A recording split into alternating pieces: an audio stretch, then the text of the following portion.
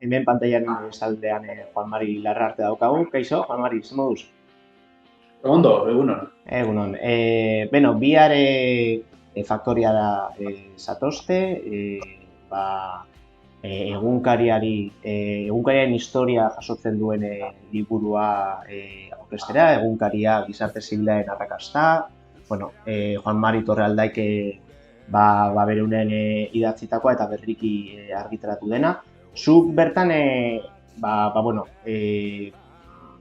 paper esanguratsu bat bete zenuen, batez ere azken fasen, ez? Juan Mari Torrealdaik eskatu egiten dizuna baita laguntza ekoizpenaren azken fasean. Nolako izan zen, nolabait berak utzitako, ondare hori hartzea eta horri forma ematea? Bueno, Juan Mari Torrealdaik hil baino hilabete batzuk lehenago eskatu zian laguntza. Egia esan pentsatuaz ez liburuan nik bukatuko nuela, baizik eta prozesu batean elkarrekin jarraituko genuela lanean eta berak bukatzeko aukera izango zuela, ez? Orduan, berak pasazian izan zen ordura arte idatzita zeukana, berak idazteko moduan, etzan hartu liburua eta hasieratik bukaerara idatzi, baizik eta nolabait liburuan kontatzen dian pasarte bakoitzak, bazuen bere kapitulua edo bere izaera portua nolabait izatearren. Orduan, idatzita zauzkan artikulu solteak izango balira bezala, eta hori dena pasazizkidan, nolabait aurkibide posible batekin batera. Orduan, nire lan izan zen alde batetik hori ordenatzea, eta beste alde batetik, ordenatze horrek zekarren baitaren, nola bakoitza bere modu autonomoan egina zeuden, erretik epainak eta horrelako gauza pixkat txikuntzen juta. Orduan, esan zegoen, liburua idatzi, Juan Mari berak egin zuela, eta idatzita zegoen, nirea gehiago izan zen edizio lan bat edo, nolapait txikuntzea eta esatzea. Bi pasarte bakarrik daude, nolapait, Juan Marik erabat elaboratu gabe eta eskema osatu batean utzi zituenak, eta horregi erredakzio bat ematera bideratu dena. Baina batez ere gainantzeko esaten dut, txukuketa eta edizio lana izan da prozesu honetan egin duguna. Eta, askotan hitz egin da egunkariari buruz batez ere itxieraren kasuari lotuta. Ez horren beste, agian nolabait sorrerari eta sorrera baino lehen egon zen herri mugimenduari lotuta, ez? Liburua gehiago fokalizatu egiten da zati horretan, ez? Bai, hala da. Juan Marik esate zuen, hasteko liburuaren tituluan bertan aipatzen da gizarte zibilaren arrakasta, eta arrakasta ez zegoela itxieran, baizik eta arrakasta zegoela sortzean eta proiektuari eustean, ez? Orduan, Juan Mariren interes nagusiena hori izan eustea, kontatzea nola sortu zen egunkaria eta nola bizi dauzun edo nola garatu zuen bere proiektua 2003an itxizuten bitartean. Eta hori da, nagusiki kontatzen dena detailen handienarekin. Itxieraz ere hitz egiten da, eta itxieren atzean dauden arrazoitzeak edo erabiltzen dian argumentazioak gaineko gogoetak ere egiten dira.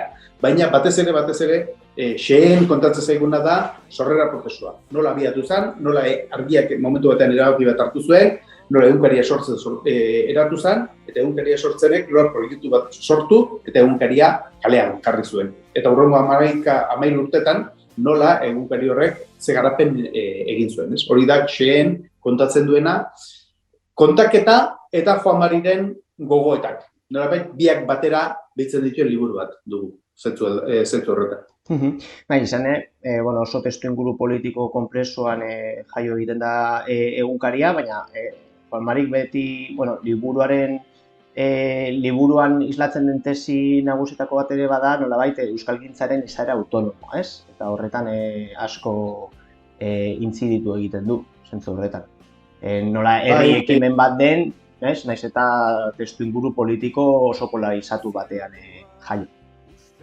Hori da. Egunkariaren oinarrien artean, bazegoen alde batetik independentzia, ez? Eta independentzia bizentzutan hartuta, independentzia politikoa, alderdietatik eta independentziatea, baina baita independentzia enpresariala ere. Hau da, ez beste komunikabide azpiko proiektu bat izatea. Orduan, Juan Marik bereziki siniste zuen horretan, eta uste egunkariaren proiektu osoa pixkat planteatuta zegoela nolabait independentzia horretatik. Hau da, sinistetik esatik euskal kulturgintzak bere independentziatik egin behar zuela lan, eta ez beste inoren zerbitzura.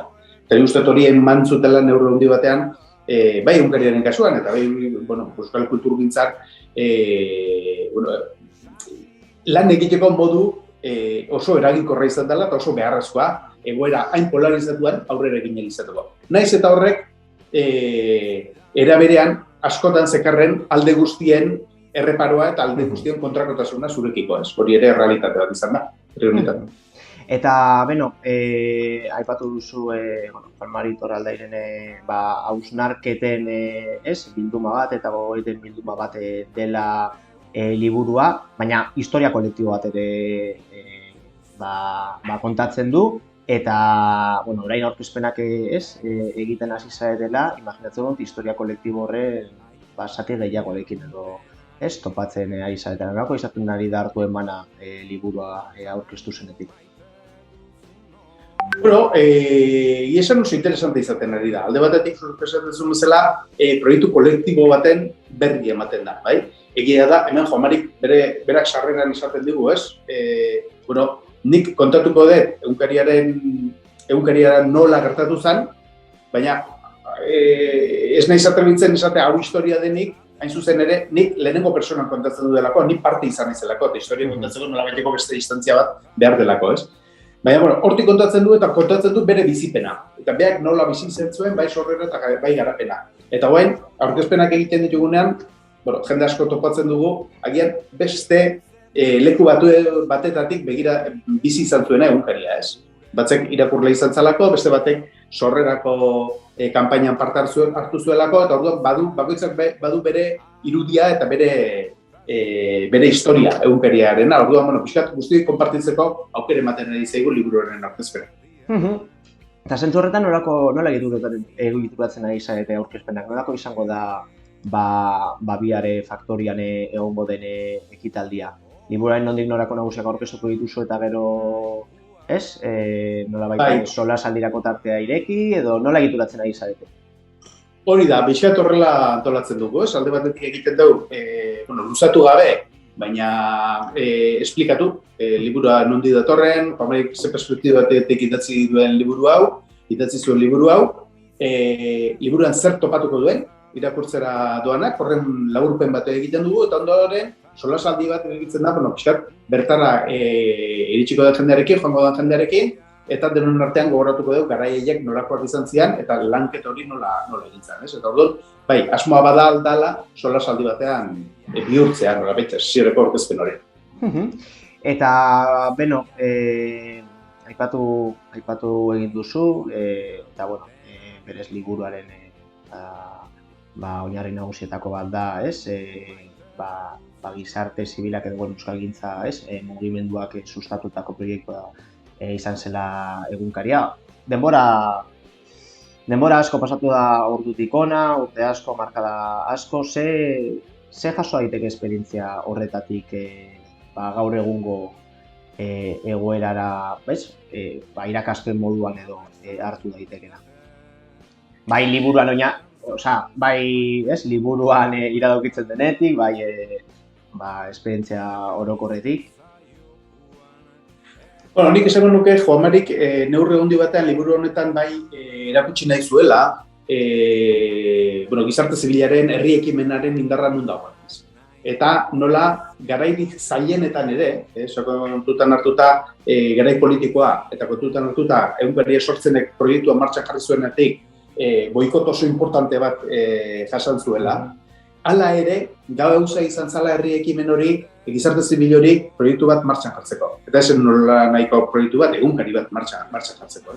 Eta nik uste, honekin batera, Homerik interesa zuela, eta nik bat egiten dut horrekin, erakusteko, laurogeita hamarkadan hau posible izan baldin bazan, 21. mendean ere posible izan daitekeela, baldin eta sinisten badugu, eta bat hartzen baldin badugu proiektu baten inguruan, edo herri izaera baten inguruan, edo gure etorkizuna eraikin nahi dugula, sinisten baldin badugu eta pentsatzen dugula elkarrekin egin dezakegu. Uste, hori dala, batez hemendik atera daiteken leziorik importanteena. Zito horrekin, geratu egiten gara, Juan Mari, egunkaria gizarte zibilaren arrakasta liburuaren aurkezpena, bihar arratsaldeko 7:00 faktorian. hemen egongo gara. Zuzen, eskerrik asko galderia entzuteagatik eta bihar arte. Ba, antxe izango gara gu ere, eta bihar arte.